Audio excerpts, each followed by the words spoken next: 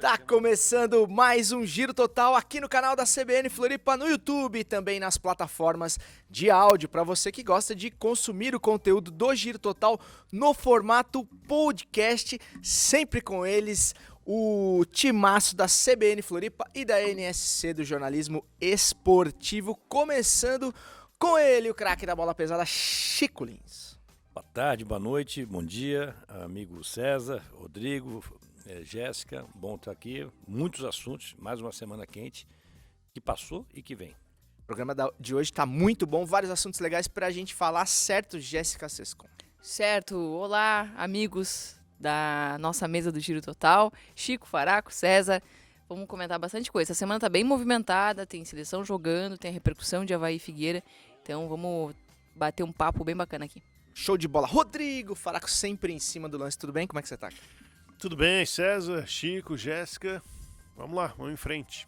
Vamos em frente para mais um Giro Total. Antes, já peço para você deixar o seu joinha aí na nossa live, se você não deixou ainda. A audiência do programa passado foi muito legal, a gente ficou muito feliz de ver que todo mundo chegou junto com a gente, interagiu com o nosso vídeo, com o nosso programa, comentou, compartilhou, enfim, espero que vocês façam isso novamente, porque o programa de hoje vai estar legal demais. Então, antes da gente dar o início, Faraco, vamos dar aquele tapa tradicional já do Giro Total.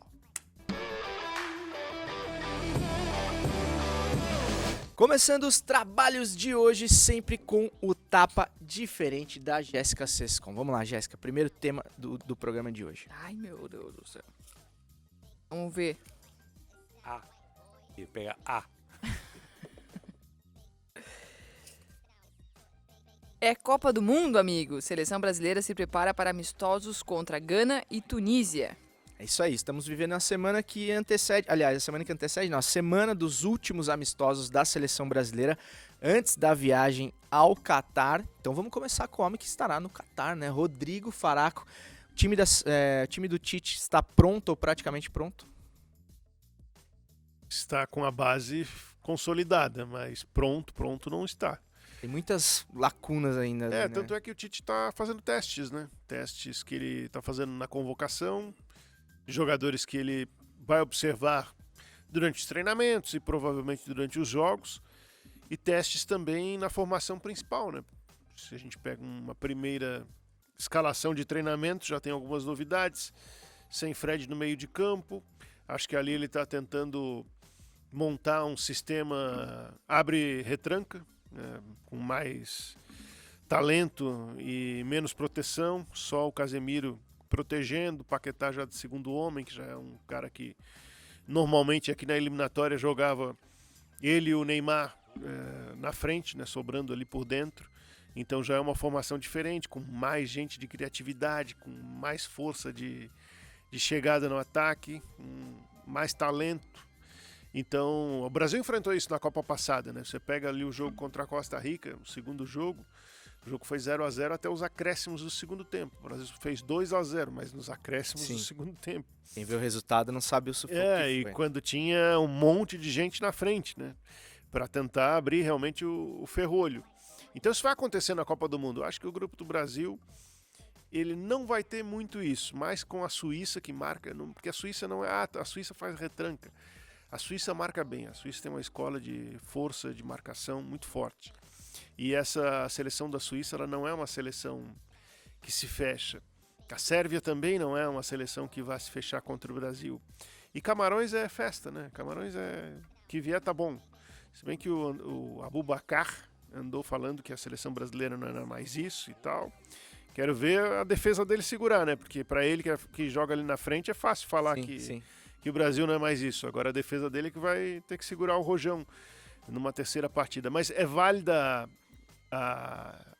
o teste do Tite, na verdade, é válido porque a seleção brasileira tem que estar pronta para diversas circunstâncias durante uma Copa do Mundo. Jéssica, a boa notícia, mesmo que o time ainda não esteja completamente fechado, é que parece que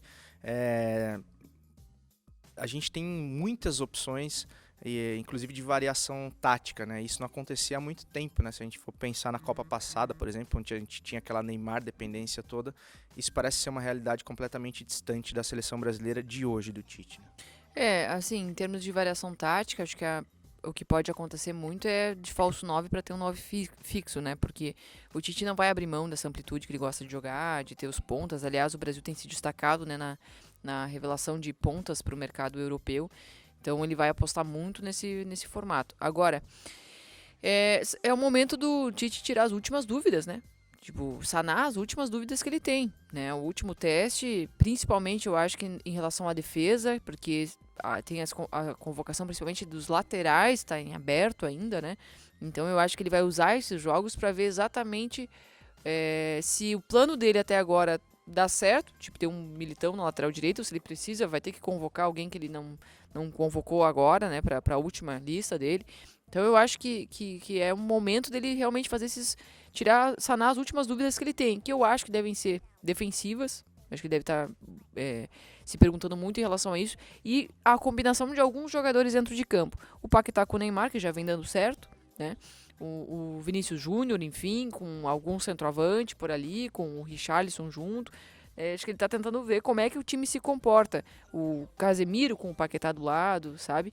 Então eu acho que são 2 bons jogos para ele poder explorar, não só essas questões ofensivas, mas eu acho que defensivamente também.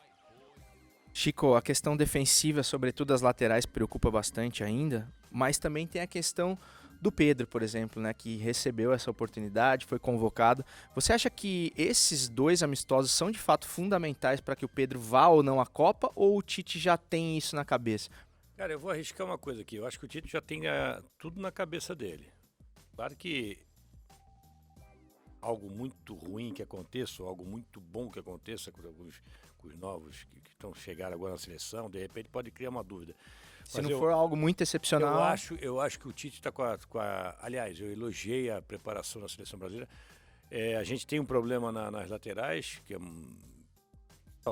talvez um problema lateral na parte técnica, ou da parte assim que nenhum encanta, né? Nenhum fora de série. Cara, essa posição é do Danilo, essa posição é do Telles, essa posição é do Alexandre. A gente não tem, mas o sistema defensivo do Tite, independente de nomes, eu acho que é um sistema absolutamente testado e aprovado até aqui. Claro, Copa do Mundo é um tiro mais curto, Copa do Mundo muitas vezes num jogo eliminatório você... num mau dia ou numa infelicidade você pode ficar fora da Copa, mas eu acho que o Tite está com tudo na cabeça.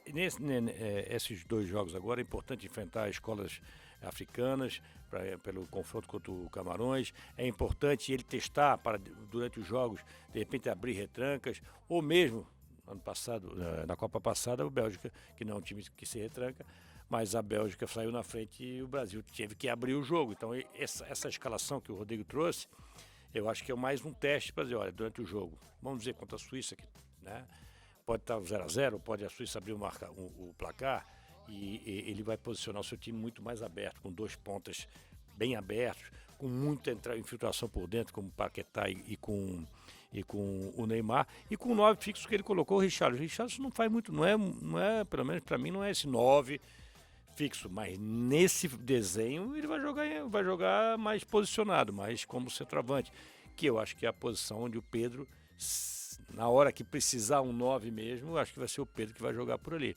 Então eu estou muito tranquilo, já falei isso aqui, estou muito tranquilo com a preparação da seleção brasileira para a Copa do Mundo, sabendo a dificuldade, sabendo que é uma competição onde o nível é altíssimo. Esse ano vai ser um nível físico maior, está na metade da temporada, os jogadores não estão no final de temporada, que desgastante, lesões. Eu acho que a gente vai ter um torneio muito melhor da parte física, muito melhor da parte técnica. E claro, o Brasil está entre um dos grandes favoritos, mas o nível é alto. Mas eu estou muito tranquilo, eu acho que o Brasil está bem preparado. Em relação ao Firmino, só para a gente terminar, vocês acham que no caso dele, os amistosos têm peso fundamental para que ele vá ou não? Eu acho que mais... o Tite chamou para observar como o jogador está, porque ele já conhece o jogador. Ele sabe que ele pode tirar do Firmino ou não. Então, acho que ele chamou para dar uma observada final e tomar a decisão em termos de escolhas. Ele concorreria com quem, Faraco? Então, essa é a Coutinho. Coutinho? Acho que é com Coutinho. A decisão ali entre Firmino e Coutinho. Porque a gente fala muito do 9, o falso 9 falso. Talvez o Firmino hoje, no futebol mundial, é o cara que mais representa essa posição. Pela inteligência que ele tem para sair da área, né, para colocar. Assim, ele não vai concorrer com o Neymar nem com o Paquetá, né? Não, Porque esses aí estão na não. Copa.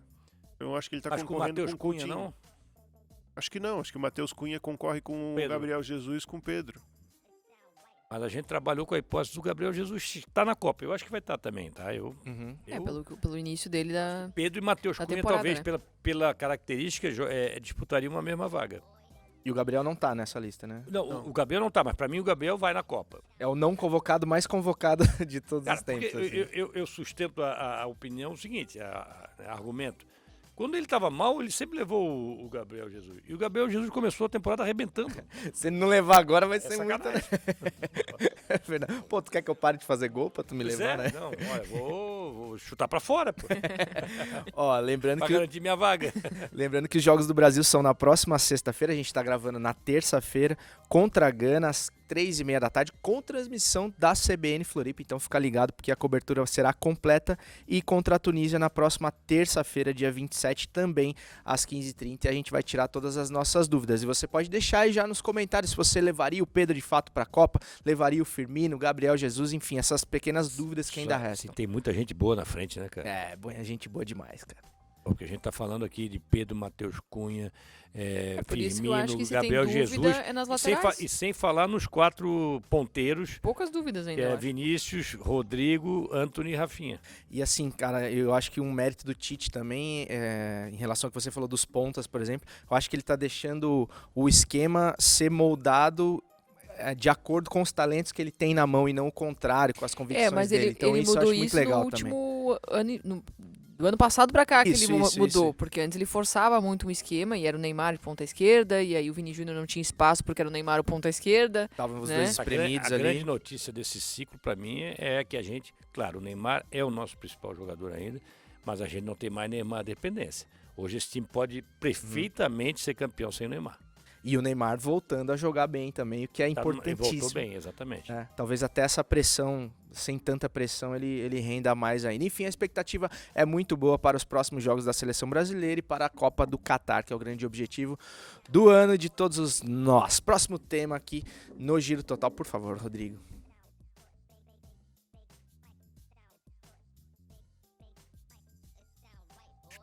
Suspense no ar. Tan, tan, tan. Doido sim, bobo não. Lisca estreia com vitória no Avaí fazendo simples. Esse é o caminho? Esse é o caminho, Jéssica Sescon? Olha, não sei se esse é o caminho, mas ele começou com o pé direito essa caminhada, né? Que é vencendo um adversário tão complicado que nem o Atlético Mineiro, depois de 9 partidas sem vencer, com a desconfiança do torcedor em relação a esse time, né? Fazendo algumas alterações táticas, né? Inovando não, mas trazendo algumas mudanças que acho que a gente nem esperava, outras já eram exigidas. Acho que ele entendeu as cobranças da direção. Para mim ficou claro com a mudança do posicionamento do Avaí no início do jogo que a resistência do Barroca em fazer as alterações táticas foi determinante para a queda dele, porque o treinador que veio mudou drasticamente esse posicionamento. Depois teve no segundo tempo que voltar ao que o Barroca fazia no 4-1-4-1. Mas essa mudança da primeira etapa acho que foi bem significativa, sabe? Ele resgatou a confiança de alguns líderes ali do time, né? O Bressan voltando para a zaga, Bruno Silva, ele apostando no Bruno Silva, no Ranieri, nesses jogadores que tem mais nome, no Jean-Pierre, né? Outro fato com bastante significado aí desse início do Lisca. Então, Você falava na transmissão do Jean-Pierre jogando mais próximo dos atacantes, né? Que é uma boa novidade. Justamente por isso, porque o Jean-Pierre testado pelo Barroca era sempre um Jean-Pierre que vinha buscar a bola na linha dos volantes, geralmente precisando reverter um resultado. Então, a principal jogada dele era alçar a bola ou fazer lançamentos. Não é a do Jean-Pierre. Claro que pode fazer isso, mas não é onde tu vai aproveitar melhor o Jean-Pierre. Ele é mais próximo dos atacantes, dando o último passe, não iniciando a construção da jogada. Ele tem que ser o facilitador, aquele que vai dar o passe genial para encontrar o atacante, né? E não o cara que começa a jogada, porque aí vai faltar a criatividade dele aonde ele tem que estar, que é dando esse último passe. Então isso é mais um ponto positivo do Lisca. Ele botou o Jean-Pierre na posição que ele tem que jogar. Acho que ele contribuiu por um tempo do jogo, por um momento do jogo. Depois ele foi sacado até porque ele deixou de participar. Tem algumas algumas críticas em relação a algumas alterações do Lisca, mas também acho que precisa de tempo para o Lisca poder treinar o time com essa nova formatação e como que ele quer. Né? Acho que o Avaí não tem como recompor um 4, uma linha de 4 e depois uma de 3. Vai ter que ter duas linhas de 4, independente se com um homem entre elas ou não, por causa do espaçamento entre as laterais, e que o Bruno Silva sofreu demais para fazer essa cobertura, né, ao meu ver. Então, eu acho que o Lisca vai começar a entender agora o perfil de cada jogador e o que dá para executar com eles. Mas eu acho que o início foi muito bom, trazendo coisas novas para o time, formatação nova, apostando em jogadores que têm qualidade, fazendo um bom jogo, né, invertendo aquela lógica, né, não mais só de pensar num desempenho bom, mas principalmente em segurar o resultado, mesmo que signifique jogar feio ou jogar retrancado, mas segurar os 3 pontos. Então acho que tem vários pontos importantes para a gente citar e para o Lisca continuar com esse bom início. Agora, eu acho que o jogo contra o São Paulo é que vai dar uma noção melhor do que é esse início do Lisca. Essa coisa que a Jéssica falou do Jean-Pierre, ô Chico, é interessante, né? Porque quando você vê assim o talento, no caso do Jean-Pierre, o meia, ele voltando para pegar a bola com os volantes, ele já recebia a primeira bola de costas, já pressionado pela marcação, então geralmente a primeira participação dele era dominar pressionado e voltar no volante para depois virar o corpo e receber virando já para ver o jogo de frente. E isso já faz uma diferença danada, né? Eu vou um pouquinho na contramão do que a Jéssica falou em relação, não hoje, mas falou até no debate, e até a gente falava que o Jean-Pierre, né, poderia voltar, que o Lisca poderia trazer o Jean-Pierre para ele, dar moral e tal. Primeiro, o Lisca entregou aquilo que dele se esperava. Chegou um discurso motivacional, uma maior atenção na defesa, na parte do sistema defensivo, e quebrar a sequência de resultados negativos, ou seja, sem vitória. Isso ele entregou. A justificativa da troca do Barroca, o Lisca entregou. E até pelo perfil do Lisca a gente sabia que ele ia entregar isso aí. Sobre o Jean-Pierre, voltando, eu não achei que o Jean-Pierre fez um bom jogo. Ele continua muito preguiçoso, ele estava muito mais arropado por trás, mas mesmo assim, ele quando teve liberdade, ele não estava fresco nas ideias. As movimentações ofensivas do Avaí, aí estou dando um desconto para o Jean-Pierre, não foi aquela movimentação ofensiva que tinha com o Barroca. Por isso que o Barroca eram boas movimentações ofensivas com fragilidade no sistema defensivo. Eu achei do Lisca foi uma melhora clara no sistema defensivo, mas pouca inspiração, movimentação. Os caras ainda não sabem para onde correr com a bola, principalmente quando estava sendo atacado, assim, a saída para o contra-ataque. Mas claro que a vitória foi importante, que o Lisca se fez notar e que é isso que a Jéssica falou. Aí sim eu concordo. O jogo contra o São Paulo vai dar um tempo maior de trabalho para o Lisca, vai tentar encontrar um maior equilíbrio entre defesa e ataque. O posicionamento, que no começo estava errado no jogo contra o Atlético. O Atlético teve espaço, principalmente pelo lado esquerdo do seu ataque, lado direito da defesa do Avaí. Então isso tudo vai ter que ser ajustes que o Lisca vai fazer. Mas claro que a vitória era muito mais importante do que rendimento, que jogar bem e essas coisas. E o Lisca entregou a vitória e voltou, deu um pouco de ânimo para o torcedor havaiano. Faraco, o Chico falou bem e na transmissão a Jéssica já falava disso sobre o primeiro tempo. O Avaí continuou dando bastante espaço para o adversário e parece muito mais que o Atlético não soube aproveitar isso no primeiro tempo do que propriamente um mérito de posicionamento ali do Avaí. Você concorda com isso? Sim, eu também falei sobre isso na transmissão, então eu concordo. Para mim o Lisca é a última esperança do Avaí. É o perfil de técnico que o Avaí precisava, ele entende de fazer isso que o Avaí está precisando ter na Série A, que é buscar os resultados, correr contra um rebaixamento, entender o cenário, saber utilizar a torcida a favor, saber utilizar a torcida contra os adversários.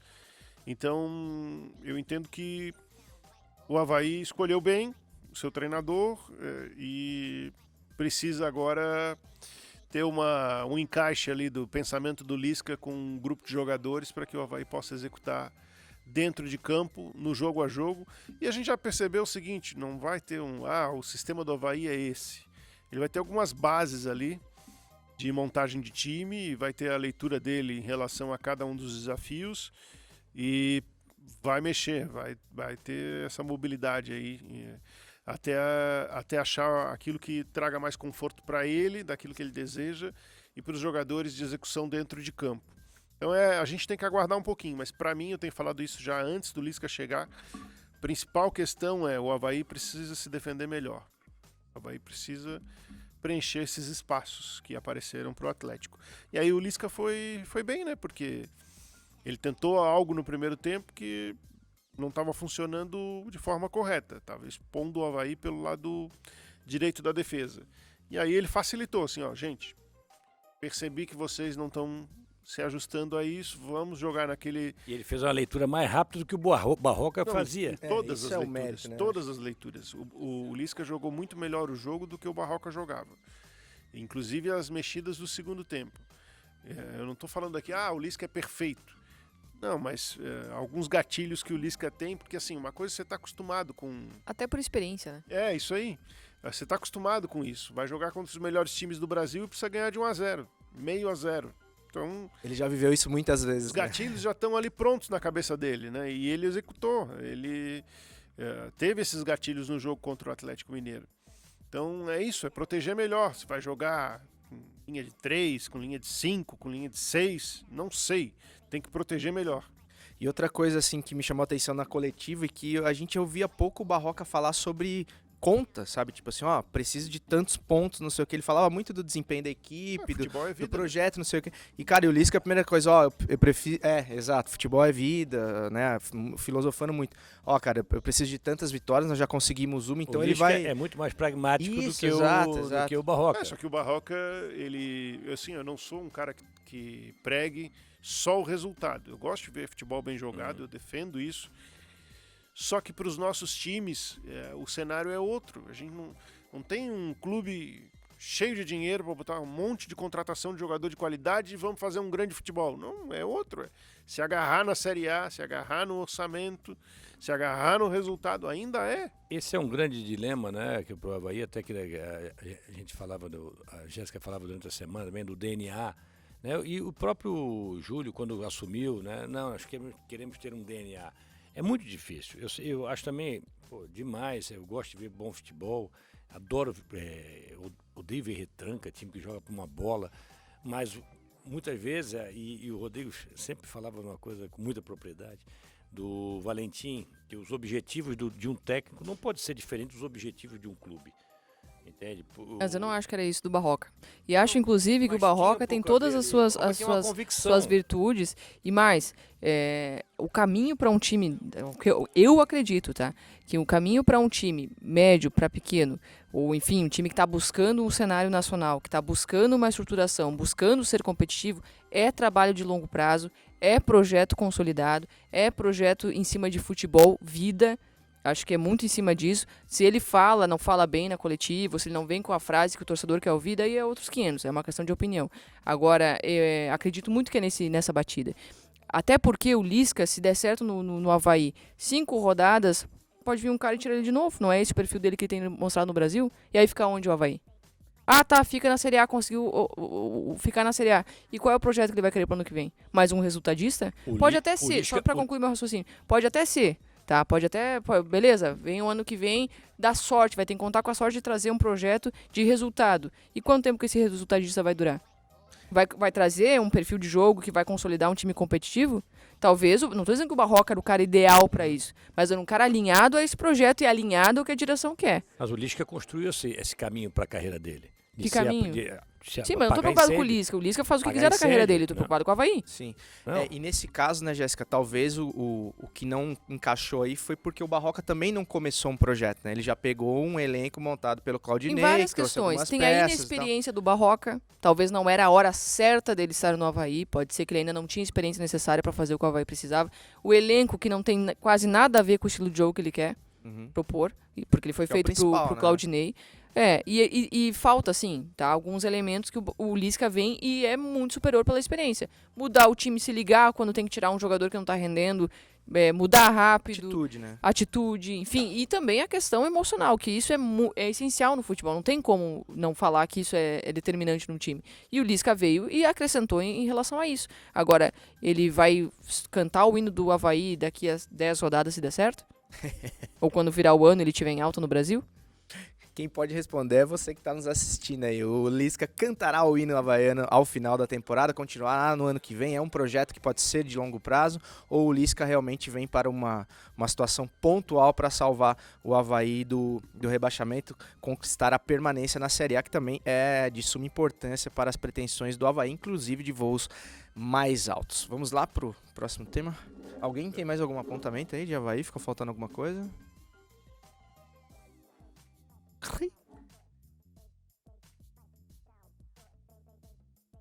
Ó. Os caras nem disfarçam mais. Os óculos, cara.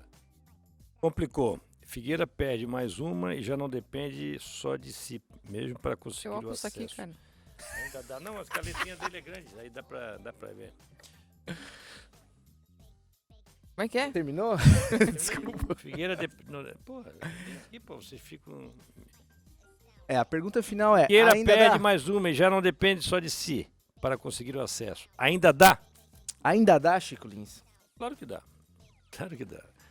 Primeiro, para dar, o Figueirense precisa fazer a sua parte.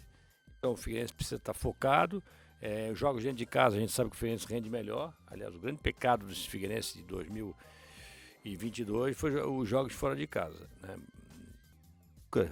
Tem uma vitória só, duas vitórias, se não me engano. Uma contra o Jaraguá, contra o Juventus de Jaraguá, 2-0. E uma contra o Brasil de Pelotas, 1-0. Duas vitórias no ano todo. Então, quer dizer, dentro de casa ele joga muito bem. Ele conta com a atmosfera do torcedor alvinegro. Não sei como vai ter essa atmosfera do torcedor alvinegro, porque eles estão um pouco desconfiados. Mas o Figueirense tem que fazer a parte dele. É difícil depender dos outros? Sempre é difícil. Mas, cara, se eu não fizer a minha parte, então não adianta nada. O Vitória não tem um time para chegar lá e amassar o Paysandu. Vamos ver a desmobilização, a que ponto está a desmobilização do Paysandu. O Rodrigo trouxe no em cima do lance lá, o ambiente lá é de final de festa. Fim de festa. Então, mas se eu me lembro, eu já usei o exemplo aqui no nosso programa, em 2014 o Icasa estava em final de festa, e foi lá e ganhou do Boa Esporte por 3-1, o Avaí ganhou de 1-0 do Vasco e o Avaí subiu. Então o Figueirense tem que fazer, acreditar, sim. Não vamos fazer aquela coisa, eu acredito, aquilo ali não dá certo nunca, mas foco, ganhar o seu jogo e aí sim esperar o que vai fazer o Vitória. Jéssica, que ainda dá, a gente sabe, né? Matematicamente pelo menos, enfim, existem essas possibilidades que o Chico trouxe aí. Mas um time que joga um quadrangular de 6 partidas e não consegue, não é que não consegue ganhar fora, não consegue fazer um ponto fora de casa, merece subir para a segunda divisão? Eu acho que nesse momento o Figueirense não pode se agarrar muito em merecimento, né? E o futebol, por muitas vezes, ele não contempla os merecedores, né? E é por isso que ele também é muito cativante. Agora, se a gente olha o recorte do ano do Figueirense, é claro que o Figueirense evoluiu. É claro que o Figueirense tem um trabalho bacana. É claro que tem um trabalho sério no Figueirense acontecendo. E que se for pensar por esse lado, o Figueirense merece subir, né? E eu acho que a dor nessa semana e a angústia do torcedor é pensar, poxa vida, esse ano fizemos, entre aspas, tudo certo, pô, foi um trabalho sério e não vai dar, talvez não consiga esse acesso. Agora, claro, o Figueirense poderia ter pelo menos um empate fora de casa que facilitasse, né, esse momento todo do Figueira. Cara, em 3 jogos. Ponto só já deixaria a situação muito mais tranquila, não garantiria, porque o Figueirense teria que vencer o ABC no final de semana da mesma maneira. Mas eu acho que faltou nesses últimos jogos personalidade, falei muito isso na CBN, liderança, sabe? Um sangue quente, um sangue mais competitivo nas veias, sabe? Faltou essa competitividade, faltou esse elemento a mais do que a vontade. Eu não estou falando aqui de vontade, estou falando de realmente se incomodar com a Série C, se incomodar com a situação, né? Se incomodar em perder fora de casa, se incomodar em ver um Paysandu se impondo no jogo, um Vitória se impondo no jogo. Isso tem uma questão de sangue quente nas veias. E faltou isso. O Chico também falou isso na transmissão da CBN. E concordo, a gente vê no time em campo um time apático. Passivo, né? Ninguém puxa a frente desse time, sabe? Nem mesmo o Júnior Rocha. E aí é um pouco minha decepção com ele. Que, como eu falei antes, se fizer um recorte maior, acho que ele tem vários pontos positivos e que posso elogiar também da mesma maneira, mas nesse pequeno recorte dessa partida, se o time em campo não está se encontrando, se o time em campo não está tendo uma liderança, é ele lá fora que tem que ajeitar. Ele lá fora que tem que bancar. E eu acho que faltou isso para ele também. Faltaram para vários jogadores dentro de campo, mas para ele também. E culminou numa derrota. Agora a situação fica muito mais complexa, mas assim, é futebol e tudo pode acontecer. Não existe nenhum cenário perder as esperanças antes da partida. Em nenhum cenário. Nem se o Figueirense precisasse fazer uma goleada de 6-7-0. Não existe perder esperança. Tem que acreditar. Só que o Figueirense não precisaria estar passando por semanas tão angustiantes agora. Ô Faraco, além de acreditar, o Figueirense também tem que focar completamente no seu jogo, né? Porque uma coisa que me preocupa muito é você ficar pensando no Paysandu, se o Paysandu vai se dedicar, se o Paysandu não vai, e o Figueirense pega o líder da chave aqui, né? Não vai ser fácil também ganhar do ABC, mesmo dentro do Scarpelli, né? Mas o Figueirense tem feito, essa é a grande questão, né? Curioso que é um time que começou a temporada vencendo fora de casa, né? Venceu a Recopa na ressacada diante do Avaí. Então, o primeiro passo do Figueirense foi uma grande vitória fora de casa. Mas em Florianópolis. Mas mesmo assim, é na casa do adversário. É a Né? ponte. É o DDD, né? Mudou o DDD. É na casa do adversário, né? Tudo que o Figueirense não conseguiu fazer nessa hora de decidir na Série C. Então, a preocupação tem que ser, claro, e até o seguinte, né? É algo que eu tenho falado nos meus comentários, é o mínimo que esse grupo de jogadores pode devolver pro torcedor, né? Porque o torcedor encheu o estádio. O torcedor do Figueirense colocou mais gente no Scarpelli, que cabe mais gente, obviamente, do que o Avaí está colocando na Série A do Campeonato Brasileiro. Então, esse respaldo os jogadores devem ao torcedor do Figueirense. Na verdade, eles deveriam entregar a vaga, porque mereceu, o torcedor do Figueirense mereceu a vaga na Série B do Campeonato Brasileiro. Só que isso não está mais nas mãos deles, né? O Figueirense virou refém do jogo entre Paysandu e Vitória. Mas é preparar da melhor maneira o jogo, fazer um jogo agressivo, voltar com um sistema com o Oberdan com o primeiro volante, colocar o Robinho ali para tentar emular o que o Bassani fazia junto com o Léo Robinho Arthur. que não foi bem, né? O Robinho ainda não mostrou, mas é o meia que o Figueirense tem, né? E o Nandinho recentemente machucou de novo, que poderia até ser um jogador para revezar com o Andrew ali pelo lado direito. O Andrew faz todas, né? Então, a vitória o Figueirense deve para o seu torcedor, o mínimo. E aí é esperar para ver o que vai acontecer na outra partida. Agora, até o final da semana a gente vai conseguir medir a intensidade desse torcedor do Figueirense, porque o luto ainda está sendo vivido, né? Do luto da derrota para o Vitória. Se vocês tivessem que projetar uma atmosfera de Scarpelli, vocês acreditam num Scarpelli lotado com a torcida? Não, lotado Não. não acredito. Eu acho que aí não chega a 10 mil pessoas. É? Sabe naquele jogo da ressacada de 2014? Eram 8 mil. 8 mil. E não dá nem pra cobrar a torcida, né? Porque Não. realmente... Se tem uma coisa que não dá para cobrar Não, a torcida é. do Figueirense. Aliás, nem do Avaí, a gente falava isso no debate hoje. As duas torcidas estão comprando a ideia dos clubes, cara. Dos times, E dos pegaram objetivos, junto, né? Pegaram junto. O Avaí e Figueirense, se não conquistarem seus objetivos, não será por falta de Exato. apoio da torcida. Por ambiente, atmosfera. E você, torcedor alvinegro que tá aí assistindo a gente, deixa nos comentários, você vai ao Scarpelli, você ainda acredita ou acha que já deu pra bola pro Figueirense e infelizmente terá que jogar mais um ano de Série C. É triste até de falar isso, mas infelizmente é o que se avizinha aí, diante do que aconteceu nos jogos fora de casa do Figueira. Ô Rafa, como é que tamo aí? Ó, um temazinho pra terminar? Beleza, bora lá. Escolhe aí tu. Eu deixo. Pô, muito obrigado, viu, Chico, pela moral. Eu tomei. Ó, vamos democraticamente aqui, vai. Vocês preferem falar de Mbappé ou de Fernando Diniz? Diniz. Diniz? Vamos lá, então. Democracia. Uma democracia Vocês perguntaram, sensacional. eu falei. Você se Mas eu Diniz também. É, Mbappé. Ah, tá vendo? Vai dar mais views. Faracô, tá vendo? Sempre conta gente ela. Não, Diniz é um tema bom, eu gosto desse. Vamos lá, então 2-1 democraticamente. Agora sim. Dinizismo. Fernando Diniz impressiona por montar bons times, mas é cobrado pela falta de títulos. O que falta pra ele chegar lá, seu Faraco? Falta ao Diniz, eu acho que se o Diniz tivesse nas mãos um grande time, ele seria campeão. Atlético, um Palmeiras e um Flamengo, falta... Eu acho que todos os degraus ele já alcançou. Ele já mostrou a sua capacidade.